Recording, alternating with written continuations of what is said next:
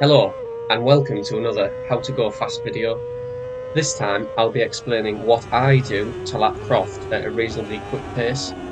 With this information, you will be armed to smash your PBs at Croft, but also you should be able to do that more safely. I'm riding a 2016 Yamaha R6 with 130 brake horsepower on 1646 gearing with a 180/60 SC1 Supercorsa rear tyre. Finally, if you find this video useful, then please subscribe and drop me a comment below. It all helps to grow the channel, and as the channel grows, I will do more videos. Which track would you like me to do next?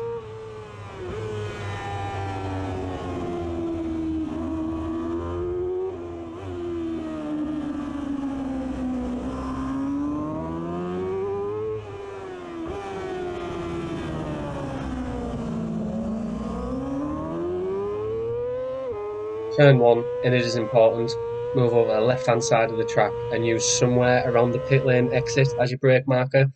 Now, if you're on 1000cc, it's probably going to be somewhere more like the end of the pit wall, whereas if you're on a CB500, it might be a little bit further beyond the pit lane exit. But point here is that there's lots of things on the left hand side to pick as a brake marker. So initially just choose one and stick with it. And then as you start to feel more comfortable in the braking zone, move your brake in a little bit deeper into the corner.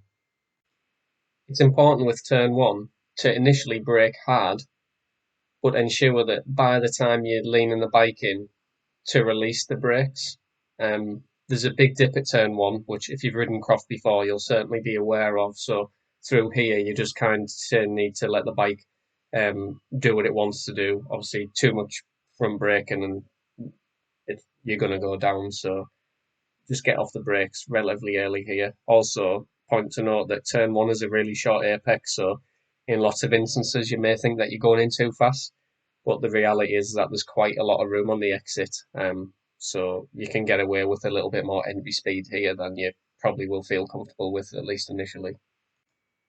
I'm not sure whether you would class turn 2 as a turn. You tend to just let the exit of turn 1 open out and you run over the curbs.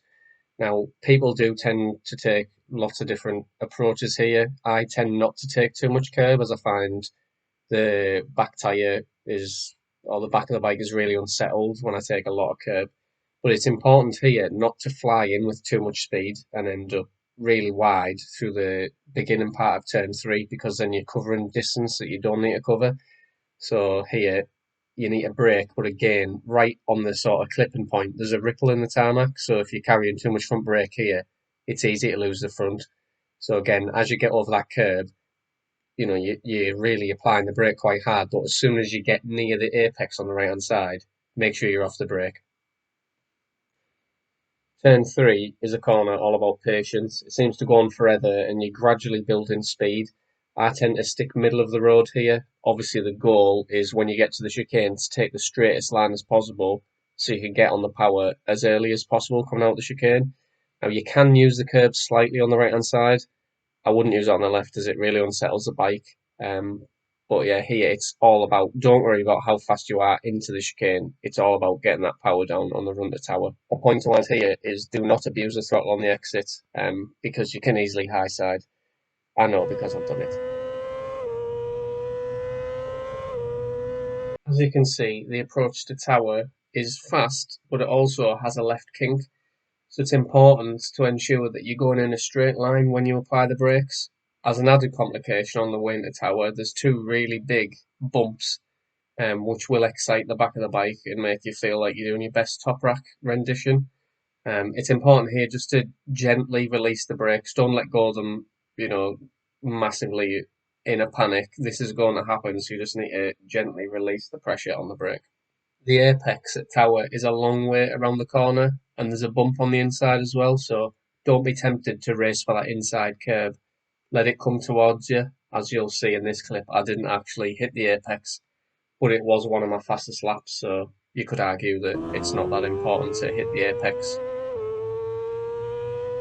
The Jim Clark S's are all about confidence. On the entry, we need to make sure that we're over at the far right, and it's kind of for the left, it's kind of a case of turn as late as you dare. We want the apex of the left hand to be as far round as possible. This will keep us on the left-hand side of the track, opening up the right-hand side of the track. So it's a case of if you turn too early at the start for the left, you will be massively compromised for the right. So again, here with most chicanes, it is a high-speed chicane really, it's slow in and fast out. As with a lot of the corners at Croft, at the apex of Sunny Inn, there's a compression. So again, using all of the track on the entry, braking, for me, I'm back one gear here, but by the time you're getting near that compression, which will be obvious to see when you do your sighting laps, make sure you've released the brake at that point. As with turn one, the exit of the corner is much wider than you would expect, so you'll probably find when you go around here, at least initially, there's a lot of track on the left hand side which you're not using, so that tells you that you can carry more speed in. Sunny in and sunny out are corners which are sort of tread as one, however, there is a small straight between them, and therefore you need to stand the bike up slightly between the two corners. If you don't do this, you'll find that you're turning too early into sunny out. You're ending up on top of the curbs, and consequently, you're not using all of the track on exit. So here is a classic line to line to line. So line on the left hand side before you turn in, then your clip and point on the apex, and then again using all the track on the exit and on the line on the left hand side. If you find that you're wheeling as you go over the brow coming out of sunny out, then short shifting before the brow will limit the wheelie quite a lot. Now we're ready to approach the complex to close out the end of the lap. The left hand part of it is a much faster entry than it looks. You're back one gear. Don't be tempted to go for the curb on the left hand side too early, as you want to try and get a nice straight entry into the second part of the complex. We're now entering the second part of the complex. As you can see, we're positioned on the left-hand side of the track, and we're now a straight line aiming for that wooden building directly in front of us. So we're on the brakes here, back one gear, and now the apex is very early here, but the corner opens out on the exit. So again, it's a little bit like turn three, in that you don't want to rush in here too quickly, because then you're going to compromise being able to open the throttle all the way around to the last corner. Well, here we are at the last corner. Now, hopefully, you've made it this far on the track and you haven't fallen on your ass, and you're just about to do the fastest lap of Croft that you've ever done. It's important when approaching this hairpin to get the bike stood up nice and straight, so you can brake hard and go back a gear. Now, personally, I use first gear here. Some people use second, but it's probably because their bikes are geared a little bit too aggressively. Now, there's multiple lines around here, depending on whether you're attacking or defending. It is important to try and make a slight V out of it, so you can get the bike stood up on the fat part of the tyre and drive straight down the finish straight.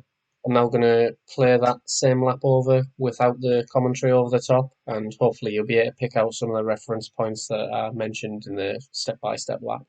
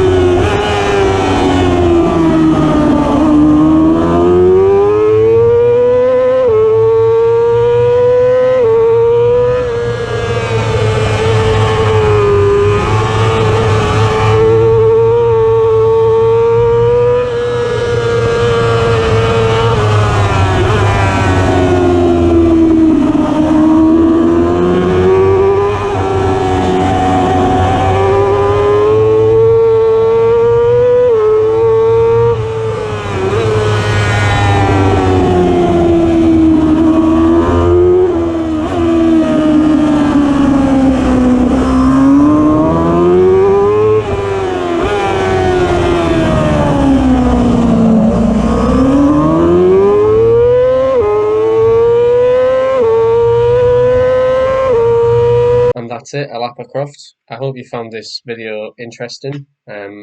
Please do like and subscribe because it gives me the encouragement to actually make more of these videos as they are quite time consuming. Hopefully you've learned something from it. Um, and if there's any tracks that you would like me to do this kind of analysis on, then just let me know in the comments.